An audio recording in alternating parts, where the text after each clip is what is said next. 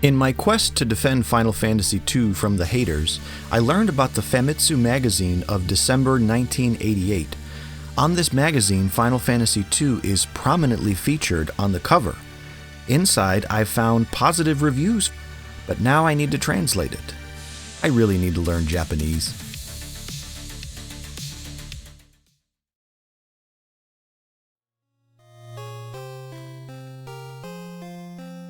In the somber backdrop of this dreary story, our heroes return triumphantly with mithril in hand, feeling like Kevin from The Office. It's just nice to win one. Even the forlorn Prince Gordon is impressed.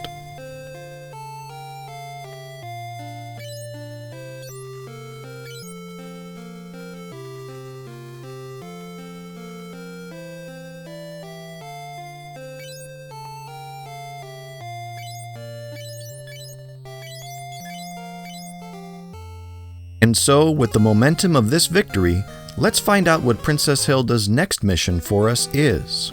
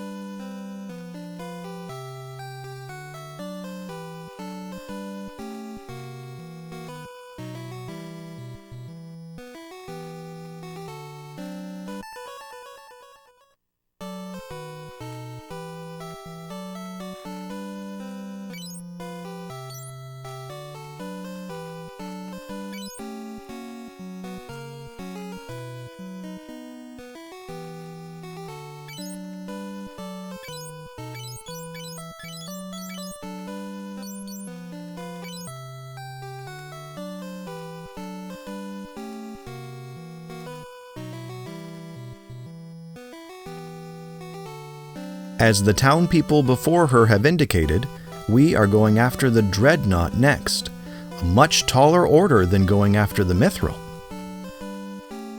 Even though the story takes us back to Hilda over and over, it doesn't have a carbon copy feeling of fetch quests, at least not to me.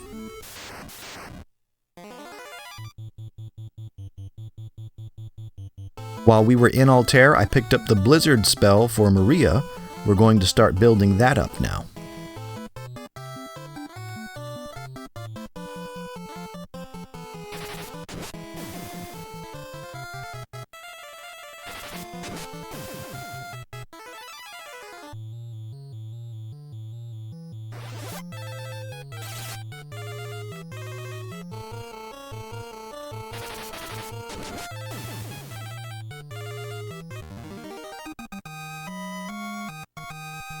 Now, think about Minwoo from a mechanical perspective, his role in the party. When our three characters are brand new to the game, all of their stats at base level, Minwoo acts as a buffer between our characters and the enemies, kind of like training wheels. His attack is not that strong, but his heals are amazing, helping to keep the heroes alive as they grow in strength and skills. And as the player follows the learning curve of this game.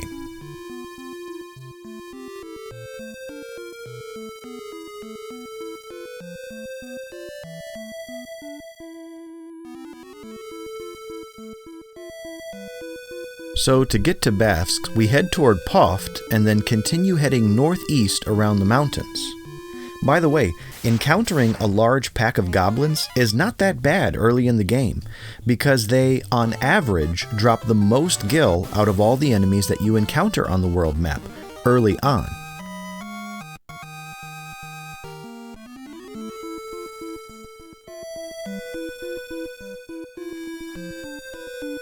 There is the Dreadnought.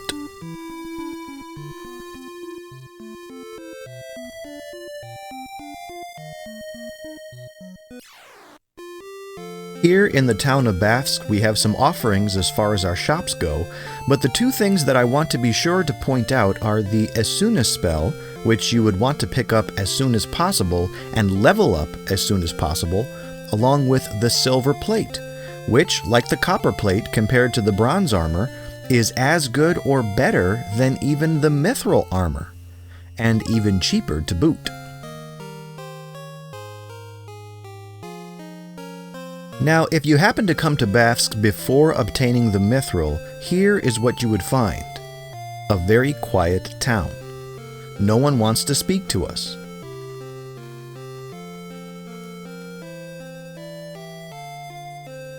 And in the middle of the town, the reason why. The infamous Dark Knight, and the first Dark Knight of the Final Fantasy series.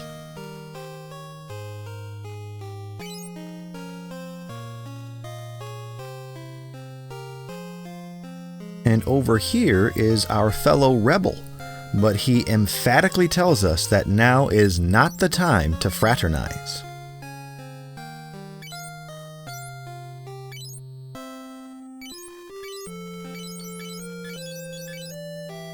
But if we come here after obtaining mithril, after hearing reports that the Dark Knight has been called back to the Empire, the townspeople are more willing to communicate with us.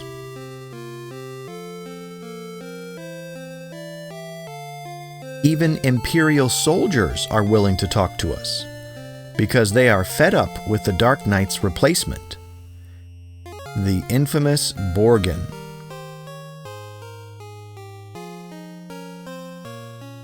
We find out that Borgin runs a much sloppier show than the Dark Knight.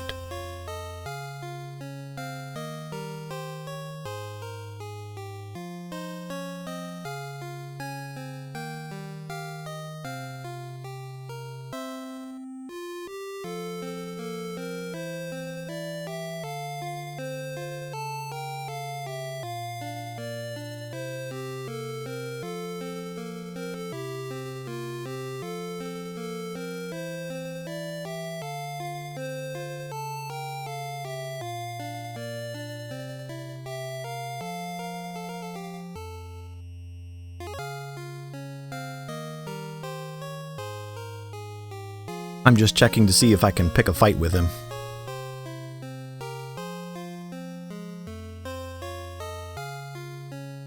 Now, there aren't a lot of homes to enter in these early Final Fantasies.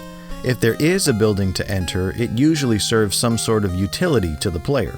So unmarked houses in this game are almost always going to be sanctuaries.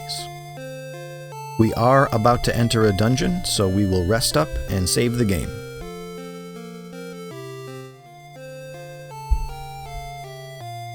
And with a much weaker authoritative presence, our rebel friend is more willing to talk.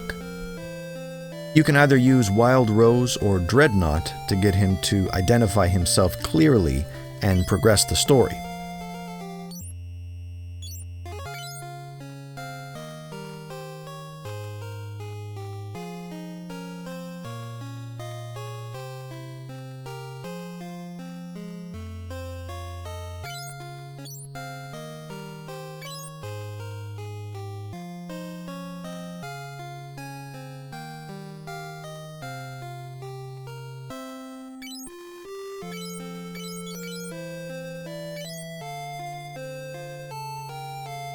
Entering the sewers introduces us to the Imperial theme song.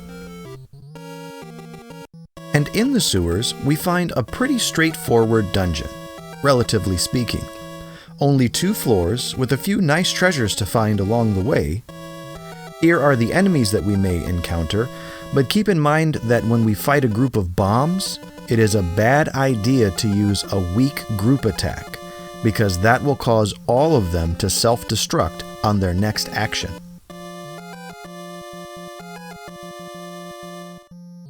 At this point in the game, my party is operating quite nicely. The 3 main characters are carrying their own weight independently of Minwu, and the battles have a nice pace to them. Maria has a good reserve of potent elemental attacks, and Firion and Guy are doing well with increased weapon skills. At the same time, we're not obliterating enemies. I still have to employ some strategy, like the aforementioned tactics against a cluster of bombs. We also picked up a sword that is stronger than Guy's axe, so we're going to trade hands to let Guy do better damage once he builds up his sword skill enough. Still, we will put the axe in his non-dominant hand, so that skill continues to increase as well. So the game is becoming a lot of fun at this point, even with the somber story. It's like we've finally finished the tutorial.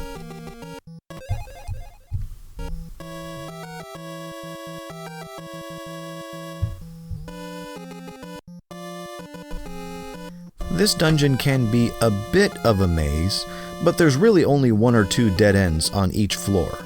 Other than that, it's linear.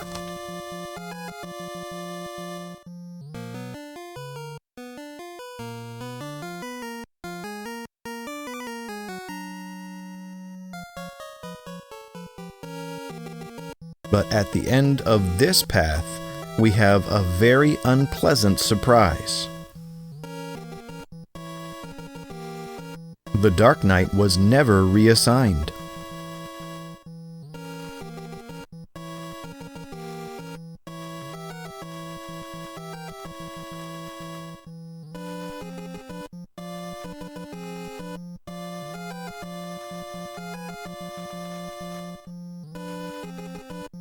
And there's the scab Borgin.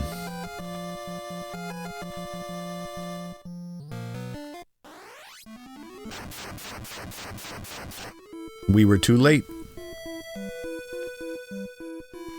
Now you can't use exit or warp or teleport, whatever you want to call it, in the sewers, so we may as well save while we're here.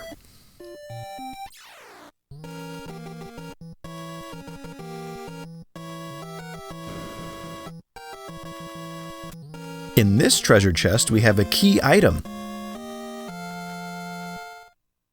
We can use that later. And if we wanted to, there's a shortcut at the right end of this room that will take us right out of the dungeon.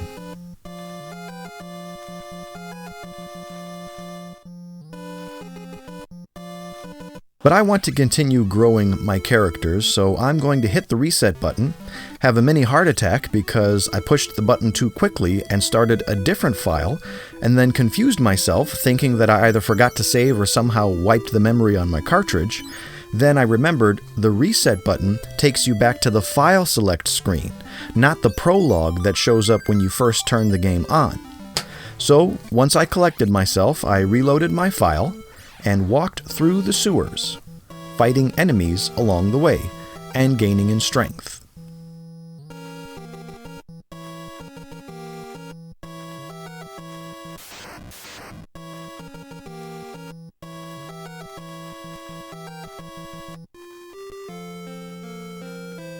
Here is our rebel friend outside of his disguise. We can tell he's our rebel friend by the fact that the keyword system opens up when we talk to him, like when we first met him in his disguise. There is no other resident in this town that does that.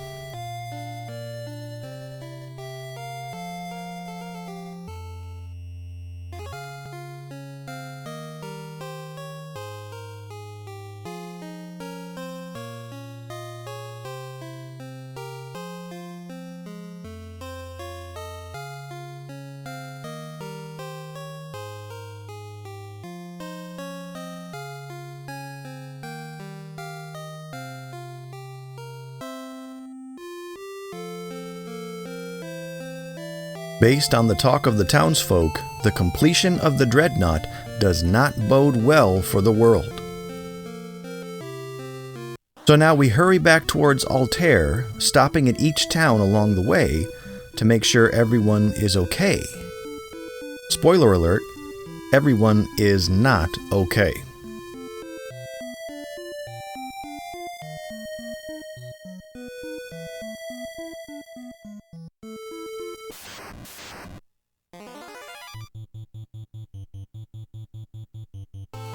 Now, while facing these easier enemies, I'm going to use this as an opportunity to level up Esuna, which I gave to Guy.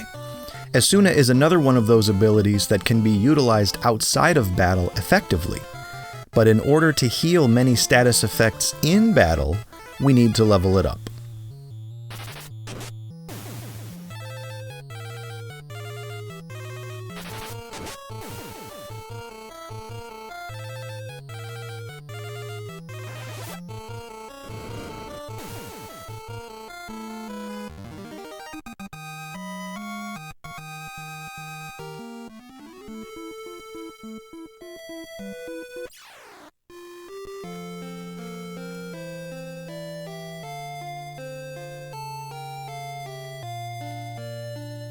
So everyone that was previously outside now is gone.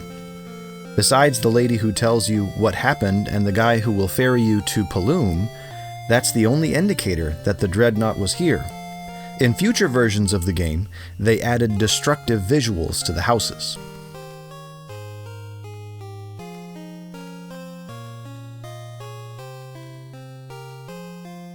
But inside the pub, we want to talk to the inventor of the airship, as the Dreadnought itself is a giant airship, and he will give us valuable information to help us stop it.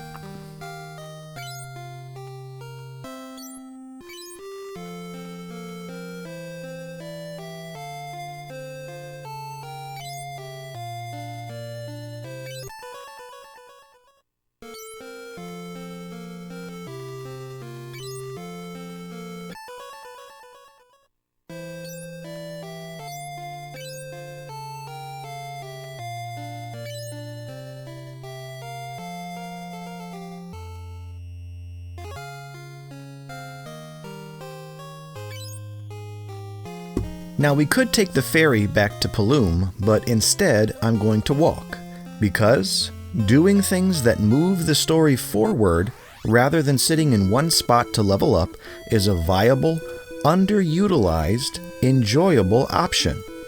People are so quick to use the term grindy today when describing a game, when they likely aren't seeing what the devs had in mind. There seems to be this prevailing mentality that you either skip all fights just to see the story, which leads to being underleveled for boss fights, which isn't fun, or you go to the other extreme and power level in one spot before progressing, so that the game is a breeze and random encounters become more of a bump in the road, with most of the enemy's traits and mechanics being pointless next to your party's strength. The devs did not intend for either of those extremes. So to you, the gamer watching this video, ignore the chatter of critics and optimization worshippers who complain that a game isn't what they think it should be, and try to think about what the developers intended, especially in these older titles. Moving forward in the story, fighting enemies along the way, and understanding those enemies so you know what to expect, and enjoy making a strategy for each enemy's fight. I can sum it up in one phrase: play the game.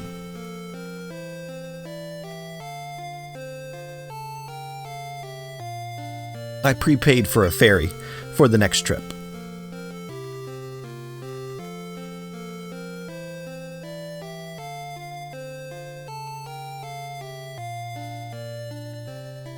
So even Paloom has not escaped the Dreadnought's onslaught.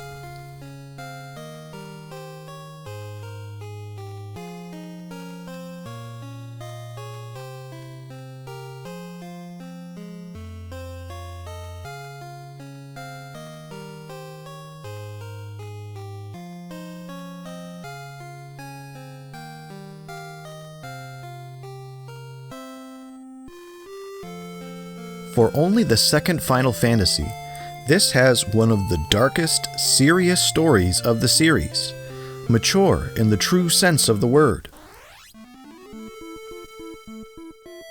So what has become of Altair, the home of the rebels?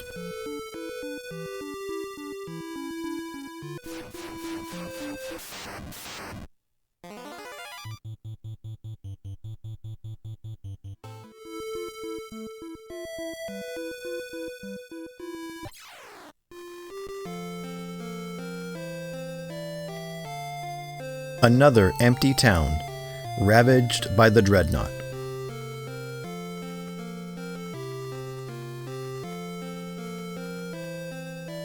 But it's still a video game, so we have access to our shops. And Tobul is completely oblivious. Ah, to be so involved in our work.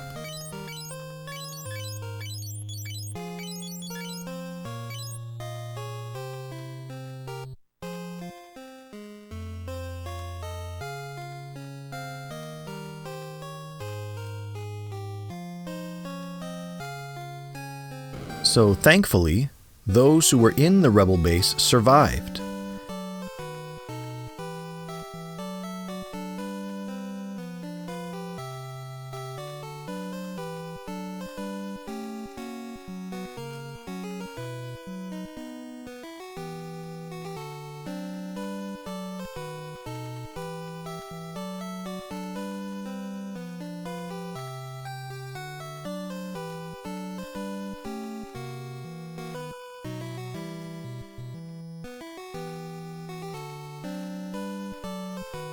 Whatever momentum of confidence we had after returning victorious with Mithril has come to a screeching halt.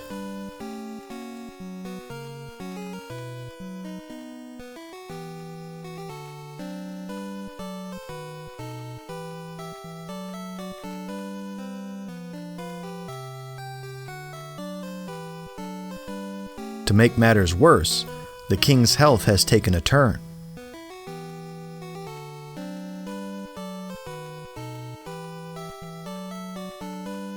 Let's report back to Hilda.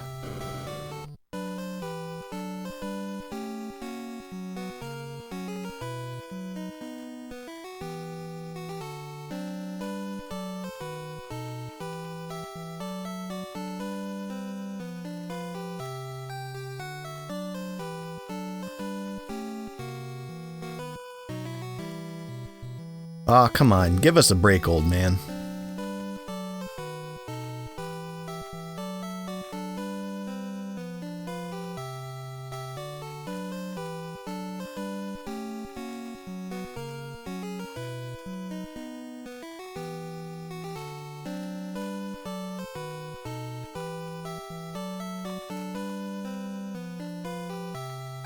Minwu's getting deep.